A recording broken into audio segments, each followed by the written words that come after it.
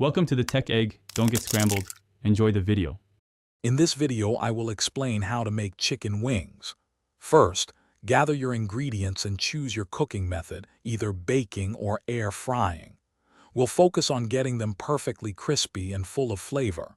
You'll learn how to prepare them, cook them to perfection, and then finish them with a delicious sauce.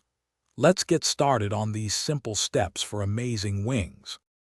For truly crispy wings, the first crucial step is to pat them thoroughly dry with paper towels.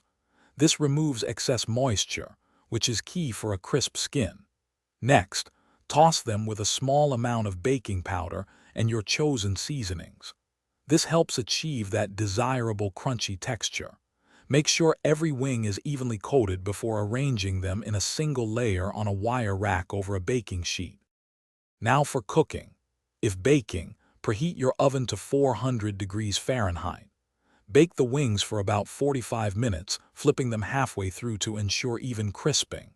For air frying, preheat to 375 degrees Fahrenheit and cook for approximately 20 minutes, shaking the basket or flipping them once. Always ensure the internal temperature reaches 165 degrees Fahrenheit for safety. Once your wings are cooked and perfectly crispy, it's time for the finishing touch. Transfer the hot wings to a large bowl and toss them immediately with your favorite sauce. This ensures a good, even coating. Serve these delicious homemade wings with classic accompaniments like crisp celery sticks and a creamy blue cheese dip. They're perfect for any occasion.